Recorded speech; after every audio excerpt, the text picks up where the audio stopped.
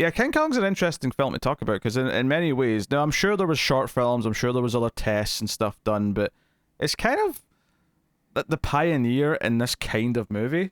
It's this, let's do some giant monster, let's do something that's fantastical with big effects, and obviously the effects are very dated by anyone's standards. They're essentially the first attempt at doing something like this on a grand Hollywood scale. That's kind of ultimately how I feel about the original King Kong. It's very important to cinema history. It's important to the types of cinema we like. Not that everything, and I don't just mean monster movies. I think it's any kind of science fiction is kind of traced back to just the creativeness of going, can we do this? Can we pull off this spectacle of this giant ape and whatever? And I think it has the first scream queen in it because Fay Wray has to scream a lot. She does have to scream a lot. There's a lot of interesting lines of dialogue about a woman being on a ship in this, which definitely feels of its time. But I have to say, I don't love King Kong. I don't like it as much as some other monster movies. I do kind of see it as this prototype that's very important to cinema history, but not necessarily one that I enjoy watching as much as other things. We won't talk about the ending right now, but I will say the ending I thought was really, really strong for Kong. I really thought the ending was powerful. I mean, I'm sure people all know about it, but I didn't know like all the specifics that you get to see. Because I do think that there's some weird things with the characters in this movie. And I guess it's almost like a weird cliche thing to say now with a monster movie that the human parts are the worst parts and the monsters are what you're here for. Because technically that's true to for a lot of movies. But there are some interesting things in this that I don't know if they don't quite land for me, because I feel like the character who deserves comeuppance, for example, doesn't really get any comeuppance or learn anything or realise that they've done anything wrong. That's kind of the one element that kind of sticks out to me. It kind of, and once it gets to the monster stuff, and this is both a compliment and a negative in a weird way, but the compliment part of it is that once it gets to the monster stuff, it is just kind of like non-stop monster stuff from that point on. There's very little slowing down and doing anything else. But the downside to that is that it's kind of missing any kind of important character beats or like themes or arcs or anything. I don't really feel like I get to care about any characters. But you get so many good dolls. There's a lot of dolls and puppets and stuff like falling from things. Yes, I just enjoyed watching that so much. There's a lot of deaths in King Kong, which was really fun to see because I think this is a pre-Hays Code film, so it's fun to see like Kong munching on people and stuff. Kind of obvious given what I've said, so I don't suppose it's a surprise to say that I think Godzilla's a better film than King Kong. I would say yes, Godzilla is better, but I would say only slightly for me. I really did enjoy Kong a lot. Like I liked the like sacrifice scene where she's being offered to Kong, and once Kong shows up, which admittedly takes a while, he's not there until like 50 minutes in. But like once all that started going, like I was really into it. Yeah, it's pretty much the halfway point. Once he shows up though, he's there a lot. Like it's not like he disappears then after that. He is there consistently after that fact.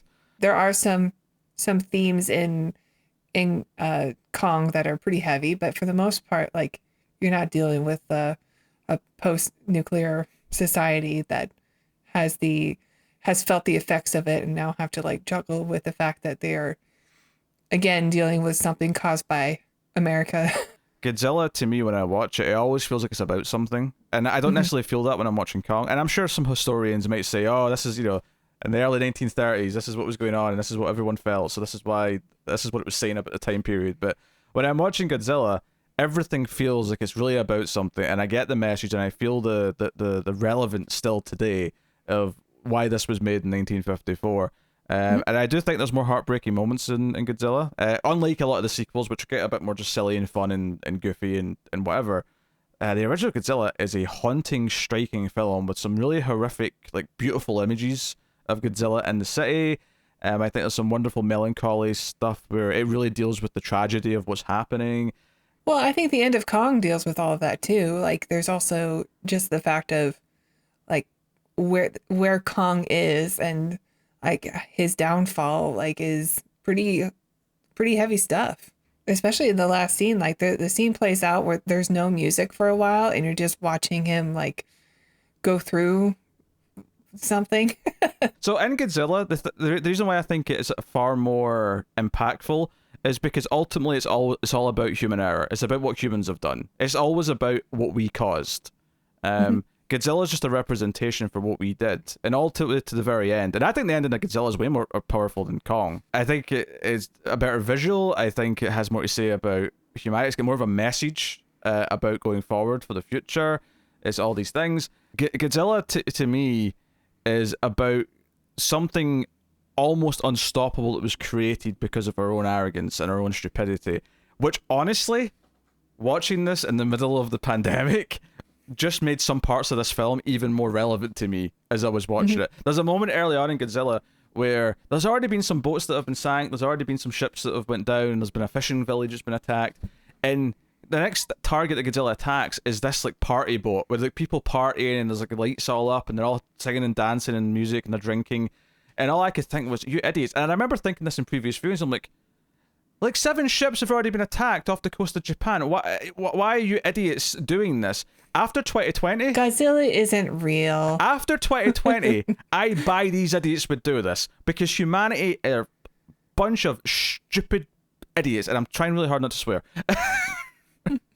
Like, I don't want to put down because I think Kong's really important from a cinema history point of view, but I think it's an important film that I enjoy watching for the value of it for what it did. I don't necessarily think I enjoy it as much as I do a lot of other like classic films, whereas Godzilla, I think it's completely enjoyable. It's still very relevant, and I think the images, even though obviously some of the effects don't hold up, there's some toy like fire trucks being knocked over and stuff that you can definitely see. And the helicopter is particularly bad, I think. Yeah, but I think the images of Godzilla in the city and the fire behind him and the going, the fire in the water and all that, I think it's so haunting and beautiful at the same time. And that's something that, well, there's some great shots in Kong.